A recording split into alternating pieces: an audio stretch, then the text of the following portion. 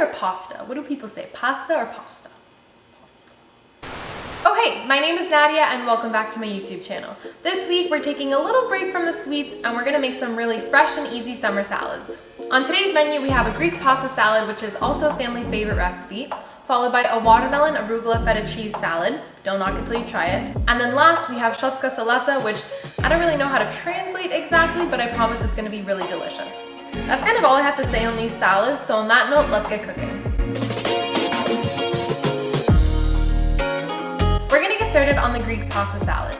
Now, I feel you. I'm not the biggest fan of pasta salads either, but I promise you this one isn't creamy, it's not like the rest, it's really good.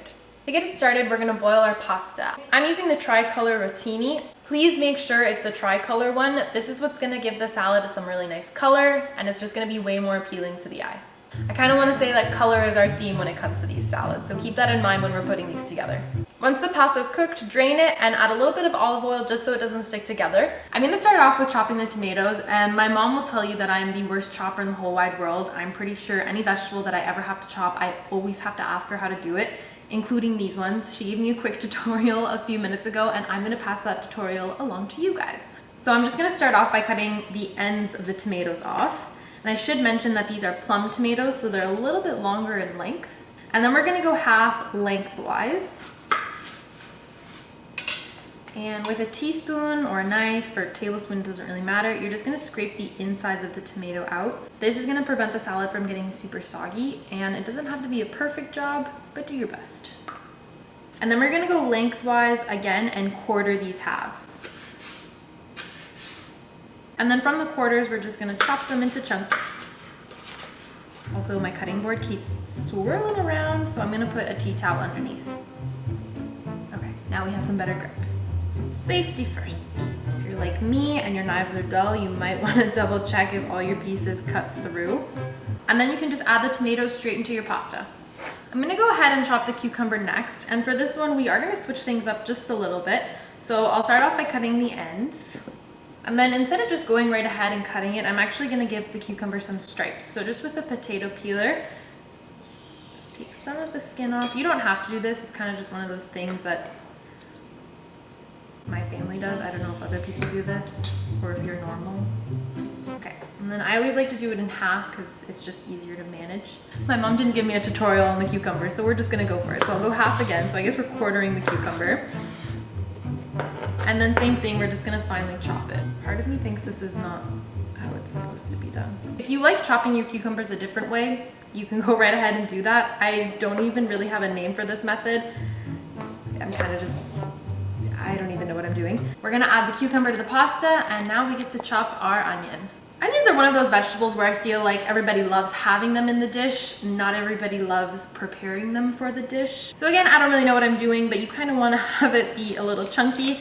We're also using a red onion because again, it's going to add a lot of color to the salad. If you don't like red onions, you can use a white onion, no onion, it's up to you.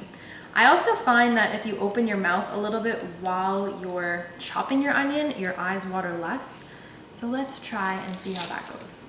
Okay, and then I'm gonna try dicing it. Do you know how to cut onion? No. Okay, cut it like this.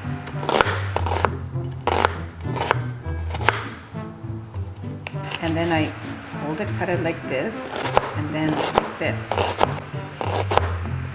Watch your fingers. Okay, I don't think that was dicing, but the onions are looking good. They're gonna add some nice color to the salad, and at this point, that's all I care about. The burn is starting. It's not working anymore. I want to touch my eyes because I don't want to get like, oh god. Okay, the onion is done.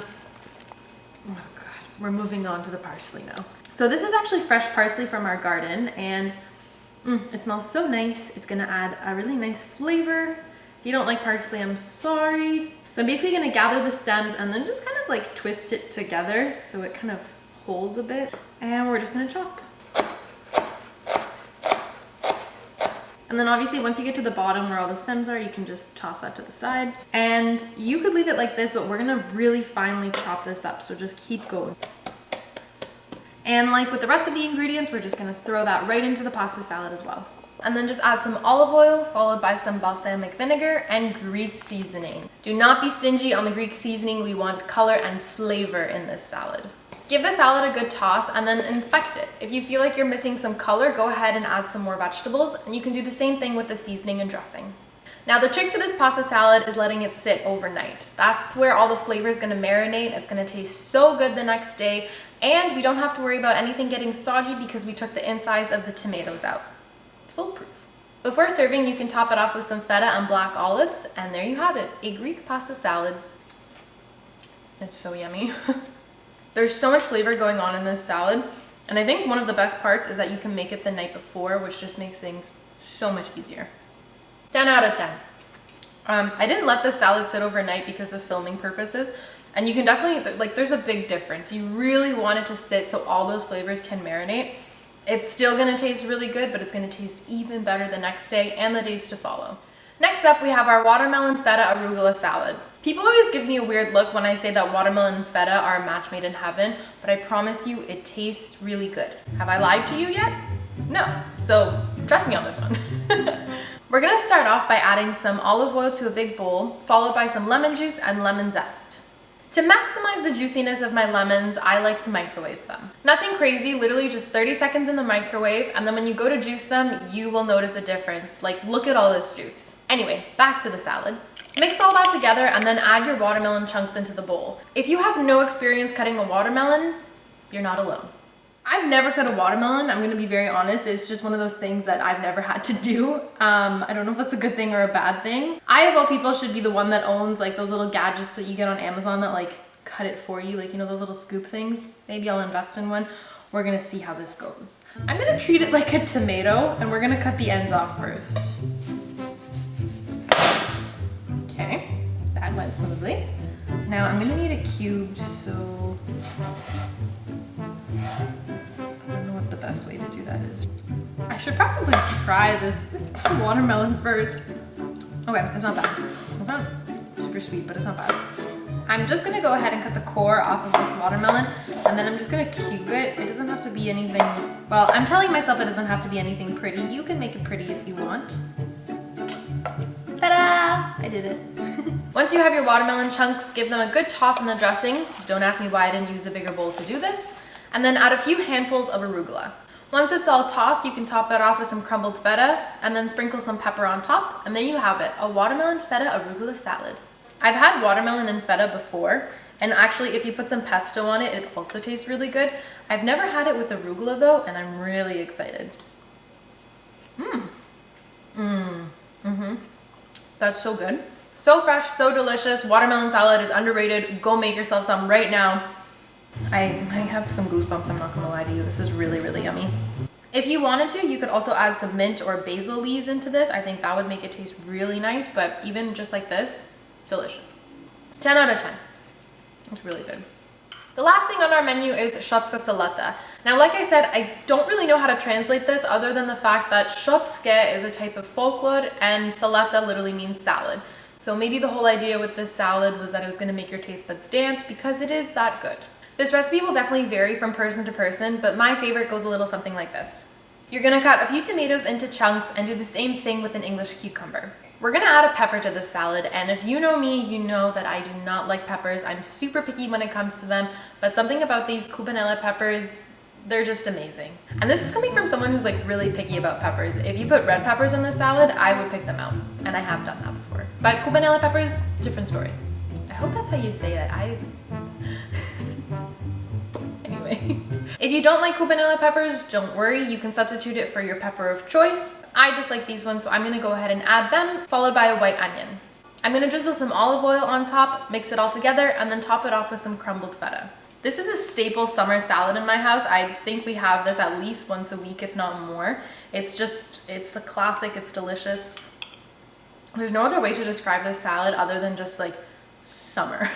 Like, it's literally this, if you know, you know. The cubanella peppers, I would say, have a sweeter taste. Not as sweet as a green pepper, but kind of on the same track. They're really good. I use parsley from our garden in the Greek salad, and I'm really excited because by the end of the summer, we'll have tomatoes and cucumbers. I can make this all from our garden. Overall, amazing. Also gets a 10 out of 10 for me. It makes me happy. I love all three of these salads. They all got a 10 out of 10 from me, and hopefully they get a 10 out of 10 from you. I also like them because they're not your classic salad. It's not like you have lettuce and veggies. You do have a bit of variety, and I think there's something in there that would make everybody happy. And looking at them right now, I thought the theme was gonna be like colorful salads, but it's definitely feta. There is feta in every single one of these, and I'm not complaining. I think that's wonderful. That's all from me this week, guys. I hope you enjoyed this video. If you did, as always, make sure to like, comment, and subscribe, and I will see you guys next Friday. Bye! I love the word arugula. There's something about it. I will see arugula on a menu and I don't even care what the food is. I will order it. Same thing with gorgonzola. The food usually ends up being really good. It's not that I don't like them, but just something like arugula and gorgonzola. They sound beautiful. Why'd you cut it like that for? Cut it in half. Oh, the other way in half. Okay. Last but certainly, how much time do I have? Okay, 10 minutes. I don't know why I said that. Welcome to my microwave.